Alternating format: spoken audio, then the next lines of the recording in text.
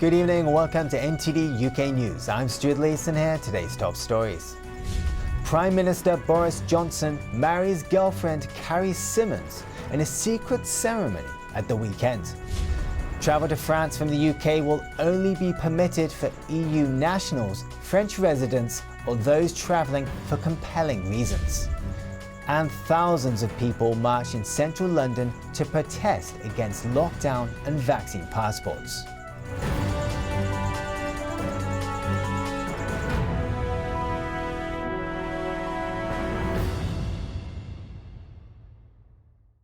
Prime Minister Boris Johnson married Carrie Symonds at the weekend without any pre-announcement. It makes him the first Prime Minister to marry whilst in office for 200 years. Prime Minister Boris Johnson has married Carrie Symonds in a low-key ceremony planned in strict secrecy. The pair exchanged vows in Westminster Cathedral on Saturday in front of a small group of close friends and family. Downing Street confirmed the Prime Minister and Symonds married at Westminster Cathedral, and the newlyweds will celebrate their wedding with family and friends next summer. Number 10 issued a picture of the couple in Downing Street's garden after the wedding. It is understood Symonds will take her husband's surname and be known as Carrie Johnson. The couple announced their engagement, together with the news that they were expecting their first child, in February last year. Their son, Wilfred, was born in April 2020. It is 56-year-old Johnson's third marriage. He finalised his divorce from his second wife, Marina Wheeler, in 2020. The ceremony meant Boris Johnson became the first Prime Minister to marry in office since Lord Liverpool married Mary Chester in 1822. Afterwards, a reception appears to have been held in the Downing Street garden, as photos show musicians left 10 Downing Street on Saturday night. Thousands of demonstrators marched through London on Saturday to protest against lockdowns and vaccine passports. Many travelled from across the country to take part in the Unite for Freedom rally. NTD's Jane Well was on the ground in London. The people here are protesting against vaccine passports and the lockdowns. Some of the people I've spoken to have said that it's the biggest one yet. Placards ranged from no to mandatory vaccines to experimental vaccines kill, resist the Great Reset and no more lockdowns. All the people here don't necessarily say that COVID doesn't exist. They know it exists, but they don't believe or agree with what the government are doing, like locking us down, forcing us to have jabs that are like haven't even the trials haven't even finished until 2023. People also told me they've had the vaccine themselves, but they don't agree with mandatory vaccinations.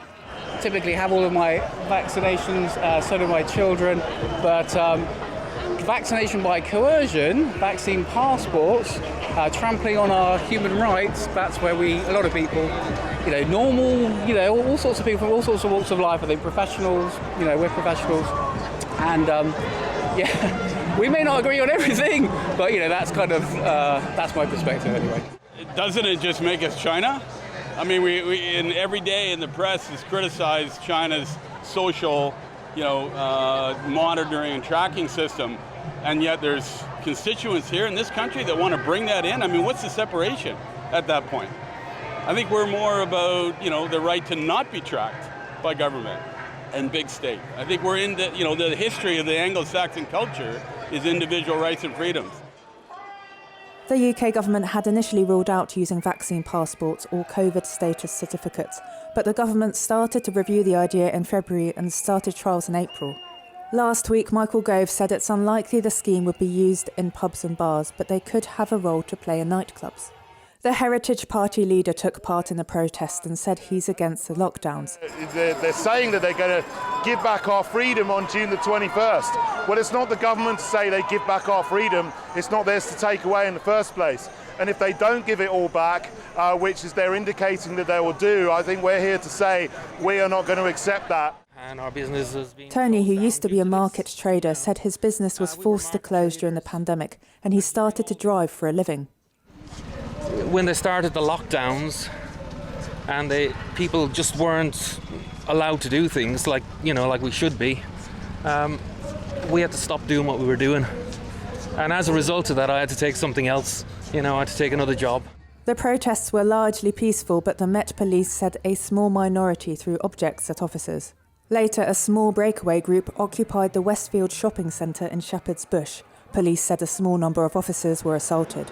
If the Prime Minister's roadmap goes to plan, all legal limits on social restrictions will end on June 21st. Jane Werrell, NTD News, London. UK travellers to France face tighter restrictions from today as the French government attempts to stop the spread of the Indian strain of COVID-19. France has tightened restrictions on travellers from the UK to prevent the spread of the Indian variant. According to the Consulate General of France in London, they will have to provide compelling reasons to enter France from Monday. Travellers are required to provide a PCR or antigen test less than 48 hours old. On their arrival, travellers are obliged to self-isolate for 7 days, but they will not be subject to the systematic checks when they stay in France due to the low incidence of COVID in the UK. Travellers entering France from outside the European Union, including the UK, have to sign 2 sworn declarations and present them to the transport operator before boarding. One is to say they do not have COVID symptoms and they're not aware of being in contact with someone with the disease in the 14 days before their journey. The other is to say they will self-isolate for 7 days and take a second PCR test following the period of self-isolation. The website also says people who have been vaccinated are subject to the same rules. France is currently listed as an amber destination by the UK government. Travellers from France are required to self-isolate for 10 days and take 2 tests on return. The government advises against travel to the country. Boris Johnson has urged Canada to reduce its reservations about importing British cheese and allow free trade negotiations to proceed. And business partner for us, we'd love to... In an interview with Canada's CBC News, the Prime Minister complained that bilateral trade talks have been held up by Canadian concerns about cheese imports. As I recall, we were slightly held up by the Canadian reluctance to allow too much British cheese to tempt the palates of Canadians. I think what's really needed now is more affordable, high quality British cheese in Canada, and I hope that we can do a deal to allow that. Britain and Canada have already agreed to roll over their pre-Brexit trade agreements, but are now discussing a further enhanced deal. Canadian Prime Minister Justin Trudeau is under pressure from farmers complaining that the country is importing too much European cheese. Thousands more Afghans will have the option to resettle in the UK. A new scheme will support those who worked for Britain as fears for their safety grow. More Afghans who worked with British forces, mostly as interpreters, will be allowed to relocate to the UK under a new scheme. The Defence Secretary made the announcement on Sunday. We think it's the right thing to do, to stand by these people. They sacrificed a lot to look after us, and now we're going to do the same. The new scheme is an accelerated version of an earlier resettlement policy. It means that any current or formerly locally employed Afghan who is considered to be under serious threat to life will be given priority to relocate. Some have been under considerable danger, which is why we were the only nation already to have in place a scheme linked to bringing people who could demonstrate the threat back to the UK. With the Western powers leaving Afghanistan, the threat is increasing and has increased with targeted attacks against Afghans by the Taliban. The earlier scheme had stricter criteria for length of service and precise roles. Wallace said he expects the number to be in the hundreds and with immediate families to be over 3,000. They will join 1,300 Afghans in the UK who have already made the move.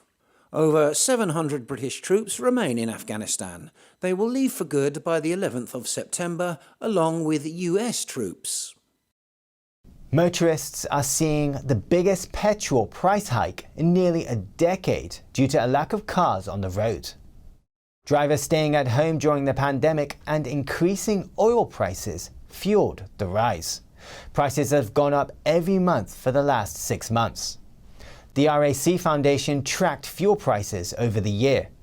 They say it rose by 22 pence per litre since last May to 129 pence. Last weekend was one of the busiest travel days of the year. due to reduced COVID restrictions and good weather. An RAC spokesman says May is highly likely to be the 7th consecutive month of increases.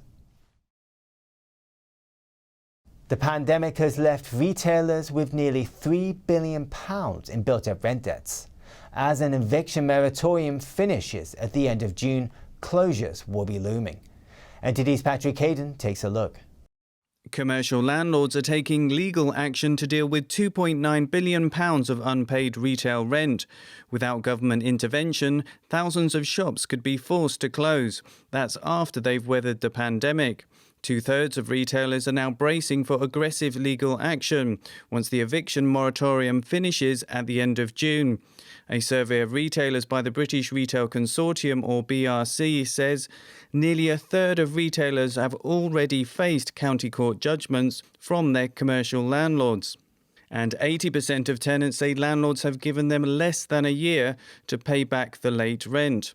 BRC Chief Executive Helen Dickinson says the government must ring-fence the debt and give retailers some breathing space.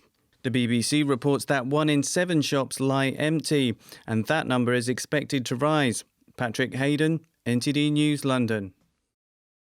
Brits were out in force today, making the most of the warm, sunny bank holiday and the lifting of lockdown restrictions. Summer is on the way. With temperatures finally warming up, people flocked to beaches and parks. This year's May was the 4th wettest on record. But by the end of the month, Brits were able to embrace a rare bank holiday weekend with 3 consecutive sunny days. The Met Office says the temperature could reach 27 degrees Celsius on Wednesday before cooler, fresher air moves in. Still to come, Russian President Vladimir Putin promises Belarus a loan after the EU imposed additional sanctions on the country. That and more when we return.